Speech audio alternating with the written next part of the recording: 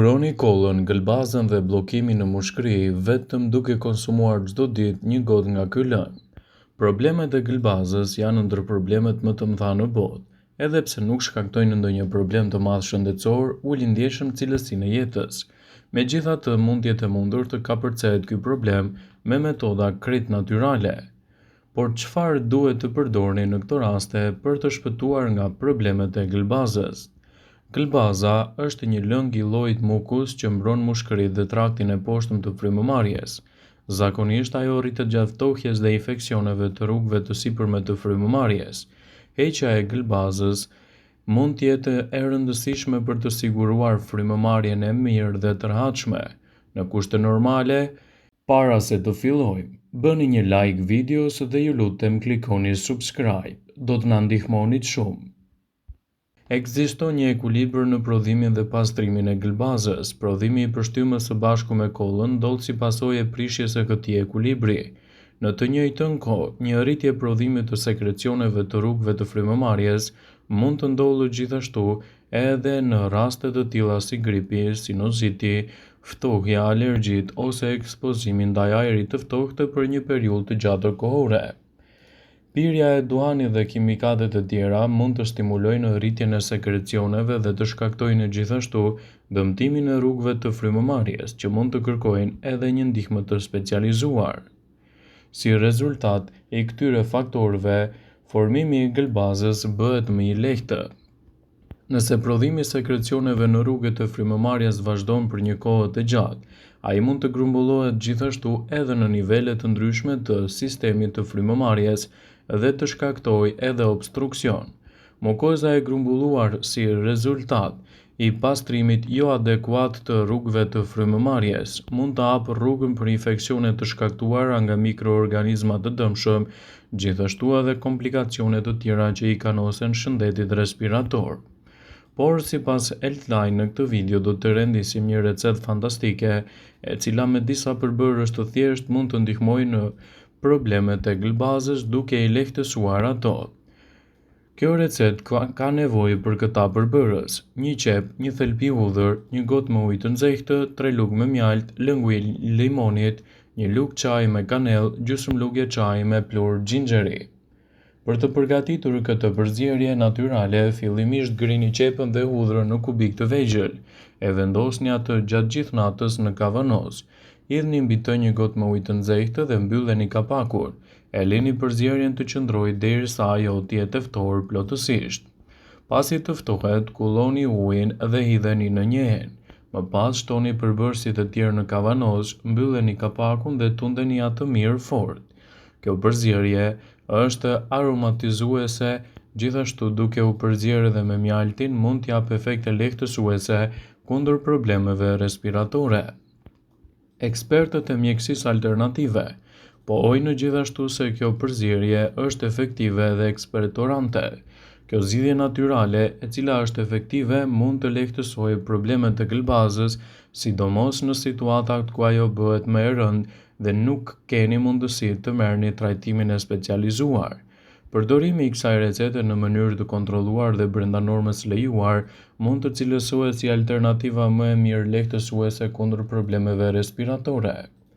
Papastërtitë, zakonet e këqija dhe mjedisi rreth nesh mund të ndikojnë vazhdimisht në krijimin e problemeve të frymëmarrjes, kryesisht edhe për shkak të kohës dhe periudhave të ftohtit.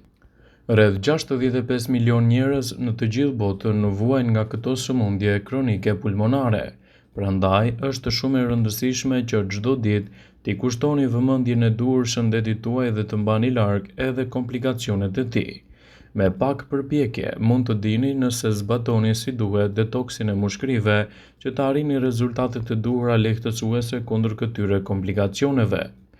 Konsumoni lëngje të cilat pastrojnë më mirë organizmin tuaj. Duhet të dini që mushkëritë nisin edhe të përmirësohen 2 javë deri në 3 muaj pas përdorimit të ndryshimit të duhur regjimor të ushqimit. Pas muajve të parë do të filloni të ndjeni më shumë lehtësi për të arritur në fazën përfundimtare në trajtimin më të mirë që mund të ketë nevojë shëndeti juaj respirator. Uji ngrohtë me mjalt. uji me limon, çaji i jeshil, lëngu i karrotës, shafrani dhe xhinxheri, banane dhe spinaqi janë alternativat më të mira që mund të shtoni në dietën tuaj, si një ndihmë shumë e mirë lehtësuese kundër këtyre komplikacioneve. Teoria e kripës është të bësh frymëmarrje të plota me grimca të vogla të kripës. Quhet haloterapi dhe është një alternativë shumë e mirë edhe për probleme të tilla siç mund të jetë për shembull astma, bronkiti ose kolla. E këshillueshme në këtë rast është të përdorni kripën e Himalajës. Për ta bërë atë të funksionojë më mirë, bëni një miks të vajit të rigonit me vajin e bajameve. Duhet të vendosni pak deri në 2 pika poshtë gjuhës, përpiquni ta mbani për 3 deri në 5 minuta dhe më pas e shplani gojën me ujë të freskët. Për të parë efektet duhet ta përsërisni të paktën 3 herë në ditë për të paktën 1 deri në 4 javë.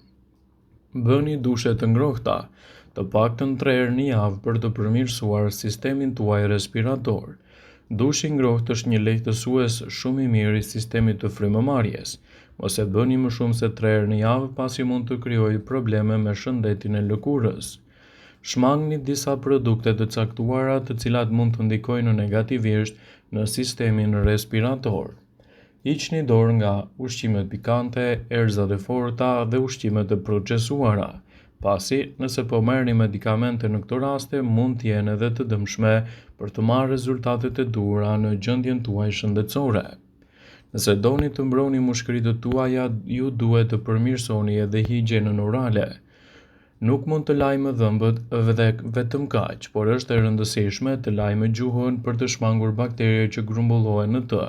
Të përdorim fillin dentar dhe gjithashtu të bëjmë gargara me ujë me krip sa herë që konsumojmë ushqime të cilat na lënë në shije të keqe dhe ushqime të cilat ndikojnë keq në sistemin ton respirator. Bëni ushtrime fizike. Të paktën 4 herë në javë janë më së të këshillueshme për të vënë në punë kapacitetin e plot të mushkërive. Mos harroni t'i shoqëroni ato me frymëmarrje të plota, pasi është alternativa më e mirë lehtësuese që sistemi juaj respirator ka nevojë. Ndjekja e këtyre trajtimeve në kushte shtëpie në mënyrë rigoroze mund t'japë rezultatet që dëshironi për një sistem më të mirë të frymëmarrjes dhe gjithashtu edhe lehtësime të problemeve të gëlbazës. Është e rëndësishme të konsultoheni me mjekun tuaj her pas here për të evituar kështu edhe problemet që mund të ndikojnë negativisht në të. Papastërtitë, zakonet e këqija dhe mjedisi rreth jush janë përgjithsisht arsyet kryesore përse ju mund të keni probleme respiratore dhe si ndikojnë ato në shëndetin tuaj. Konsumoni lëngje të cilat do ju ndihmojnë në përmirësimin e sistemit respirator. Duhet të dini që ndryshimi i mushkërive nis pas konsumit të një diete të duhur me elementë të cilët do të ruajnë shëndetin dhe kapacitetin e mushkërive dhe do të lehtësojnë gjithashtu edhe komplikacionet e tyre. Është e rëndësishme të ndiqni hapat e duhura për sistemin respirator. Gjithashtu, ushtrimet e rregullta mund të jenë një mundësi shumë e mirë për kapacitetin tuaj të frymëmarrjes. Sipas ekspertëve të Shoqatës Amerikane të Mushkërive, duhani është shkaku kryesor i problemeve që rëndojnë në shëndetin respirator.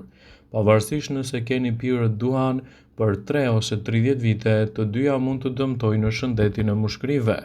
Prandaj, për të vënë në punë kapacitetin e tyre, lini duhanin dhe merruni me ushtrime në mënyrë të rregullt. Kështu do ta keni më të lehtë të përmirësoni sistemin respirator. Shpesh mjekët këshillojnë të ndiqni një mënyrë jetese të shëndetshme. Ushtrimi është i rëndësishëm në këtë aspekt. Ekzistojnë disa ushtrime specifike dhe praktika të jogas, të cilat mund të funksionojnë më mirë në rastin tuaj edhe në lehtësimin e kapacitetit të frymëmarrjes. Qëndroni her pas here në ambiente me ajër të pastër. Kjo do ju ndihmojë që të keni një sistem respirator më të shëndetshëm edhe do të keni gjithashtu një mbushje të plotë të mushkërive. Ndjekja e këtyre teknikave në mënyrë rigoroze në dietën tuaj dhe në përditshmëri mund të ndikojnë pozitivisht edhe në sistemin respirator, citon Healthline. Vëmendje. Ju bëjmë dije se informacionet në këtë video kanë për qëllim që të plotësojnë, të mos e zëvendësojnë këshillat e mjekut tuaj ose të ofruesit të kujdesit tuaj shëndetësor, dhe nuk kanë për qëllim që të mbulojnë të gjitha përdorimet të mundshme, masat paraprake, ndërveprimet ose dhe efektet e tyre negative për shëndetin tuaj. Pasi ta dëgjonit këtë video, do ju ftoja t'i bënit like dhe ta shpërndanit atë në profilin tuaj në mënyrë që do e informohen dhe miqtë e tu.